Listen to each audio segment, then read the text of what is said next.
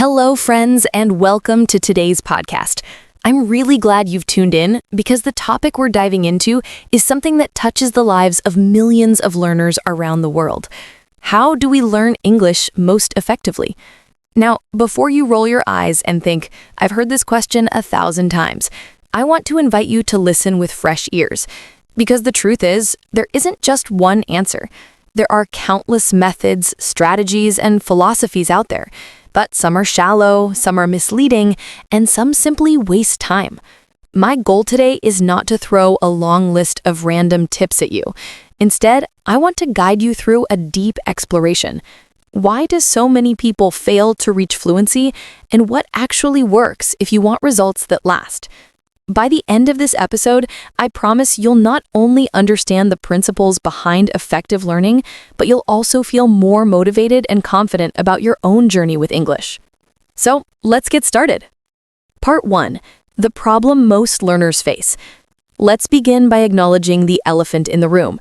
Millions of learners worldwide spend years studying English in school. They memorize grammar rules, they fill in the blanks, they take exams. And yet, when they meet a foreigner or try to watch a movie without subtitles, they freeze. Their mind goes blank. Why is that? Well, think about it this way. Imagine someone who wants to learn how to swim, but instead of jumping into the pool, they sit in a classroom, read books about swimming techniques, and practice moving their arms in the air. They might become excellent at answering test questions like, what angle should your arm be at when you freestyle? But the moment they step into water, they panic, because real swimming is not theory, it's practice. The same is true with English. Too many learners treat it as an academic subject rather than a living skill. They know the rules, but they cannot use them. And that's the gap we need to close. Part 2. Principle 1. Clarity of purpose. The first step to learning effectively is clarity. Ask yourself, why am I learning English? This may sound simple, but it's one of the most powerful questions you can ask. Without a clear purpose, your motivation will fade. You'll jump from one app to another, from one book to another, never knowing if you're making progress. Clarity means defining your why in a way that is specific, personal, and measurable. If your goal is career growth, maybe your purpose is, I want to confidently negotiate with international clients. If your goal is education, maybe it's, I want to pass the IELTS with a 7.5 within 1 year. If your goal is travel, maybe it's, I want to chat comfortably with locals when I travel abroad. Notice how each of these is not just, I want to be fluent. Fluency is vague, clarity is concrete. Clarity also shapes your method. If your goal is passing an exam, you need test-taking strategies. If your goal is conversation, you need speaking practice. Without clarity, you risk walking in circles. So the very first step, write down your purpose. Keep it visible. Look at it every time you feel tired. That's the compass that will guide your journey. Part 2. Principle 2. Consistency over intensity. Now, once you know your purpose, the next principle is consistency. This is where so many learners struggle. They study for hours one weekend, then stop for weeks. Or they sign up for a course, stay excited for 2 weeks, and then quit. Learning a language doesn't reward bursts of intensity. It rewards steady, daily exposure. Let me use another analogy. Think of learning English like brushing your teeth. You don't brush for 3 hours once a month. You brush for 3 minutes twice a day. Why? Because habits matter more than occasional effort. The brain learns best through repetition over time. A little every day is infinitely more powerful than a lot once in a while. Here's a practical framework, the daily minimum rule. Decide on the smallest amount of English you can realistically do every single day, something so easy you cannot fail. For example, listen to a 5-minute podcast, write 2 sentences in a journal, learn 3 new words and use them in a sentence.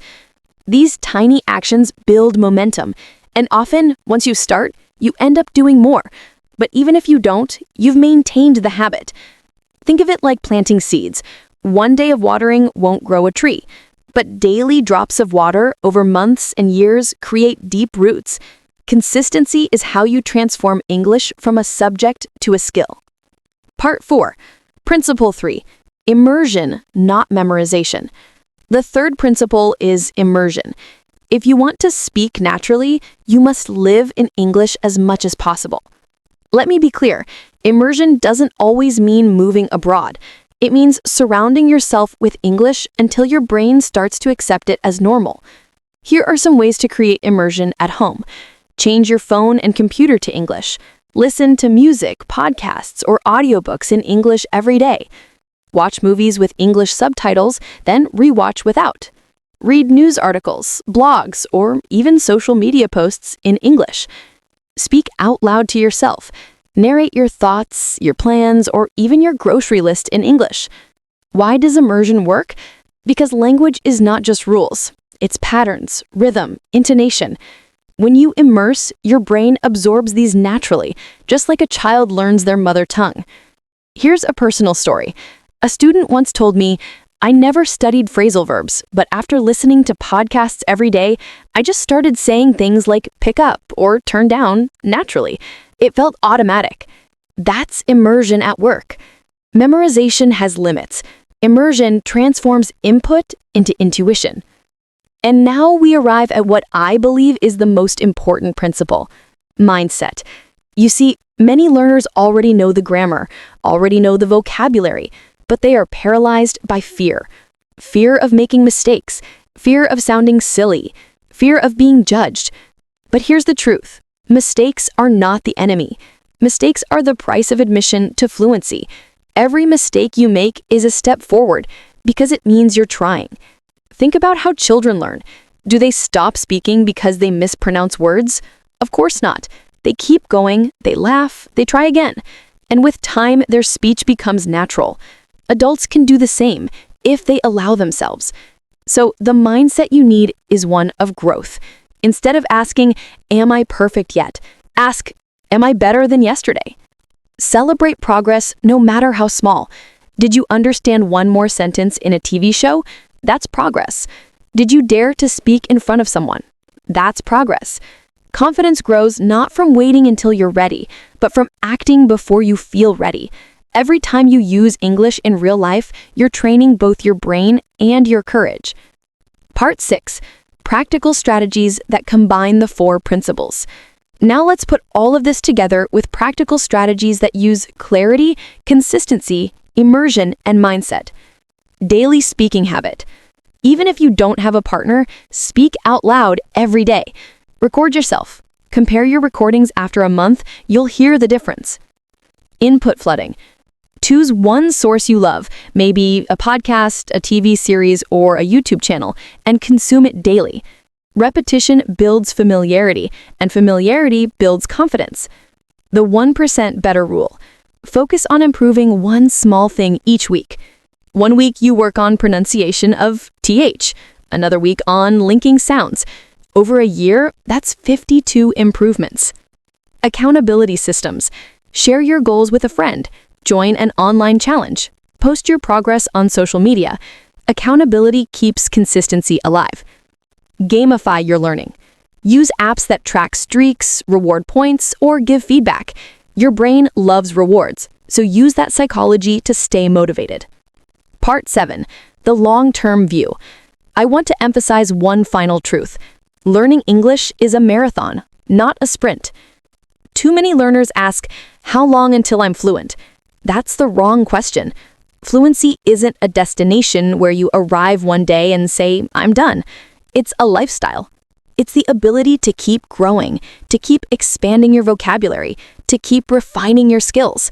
And that's the beauty of it. There is no finish line, there is only progress.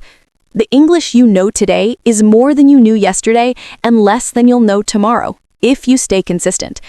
So don't measure yourself against perfection. Measure yourself against your past self. Closing thoughts. Let's recap the journey we've taken today. First, we identified the problem. Too many learners treat English like theory instead of practice. Second, we explored 4 core principles: clarity, consistency, immersion, and mindset. Third, we applied these principles to practical strategies you can use every day. And finally, we saw that learning English is not about racing to a finish line. It's about building a lifelong relationship with the language.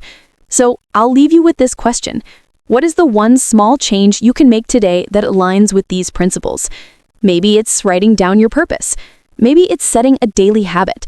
Maybe it's deciding to embrace mistakes instead of fearing them. Whatever it is, don't wait for the perfect time. Start now. The best time to plant a tree was 20 years ago. The second best time is today. The same is true for your English. Thank you for joining me on this episode. I hope these ideas give you not just strategies, but also the confidence to approach English with energy and optimism. Remember, clarity gives direction, consistency builds momentum, immersion creates intuition, and mindset unlocks courage.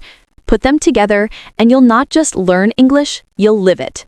Until next time, keep learning, keep practicing, and keep growing.